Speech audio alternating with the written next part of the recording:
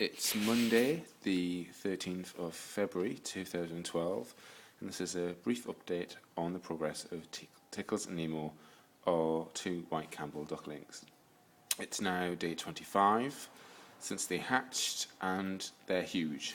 They're getting really, really big, growing bigger and bigger every day. Got this ruler next, that's a 30cm ruler, which just spooked them. You can see how big they are in comparison to the ruler. They're huge compared to when they hatched. So they're not even a month old, and they're that big already. One thing we've had a problem with is feeding them. The little feed dishes like this, which you get with the incubator kit, are great for little chicks, but they're not fantastic for ducklings. Basically, especially the water dish, the gap where the water comes out just isn't big enough for their ducks' beaks to get in. Their beaks are too wide. So what we've done is we've got a cat water drinker, which we're using to feed them water, and they just got a little dish with some food in, which is fine for now.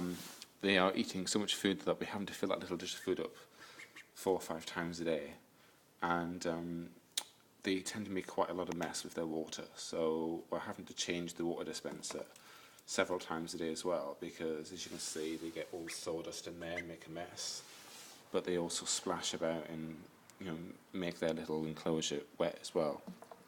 And we did have them in a plastic crate when they first hatched, but they quickly outgrow that, so for now we have them in a cold frame unit which we've borrowed from the garden. It's kind of February, there's not a lot growing in the garden, so we're not using it at the moment, but it's kind of fine for them, and we can put the lids down like this and it keeps the warmth in at night, so it helps keep them warm. And they're quite happy in there. We still let them out most days for a walk around on the grass and paddle in the pond. They're not really using their heat lamp anymore. For one, they can barely get underneath it because they're getting so tall, and also they're fully feathered now, fully covered in down, so they don't really require brooding. And if you look very closely at Tickles, the bigger one on the right, you can see that he's starting to get his first true feathers starting to poke through.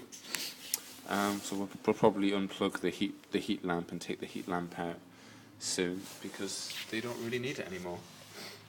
And so yeah, that's them. They're doing very well, eating us out of house and home, pooping everywhere, making a general mess, but the children are loving them.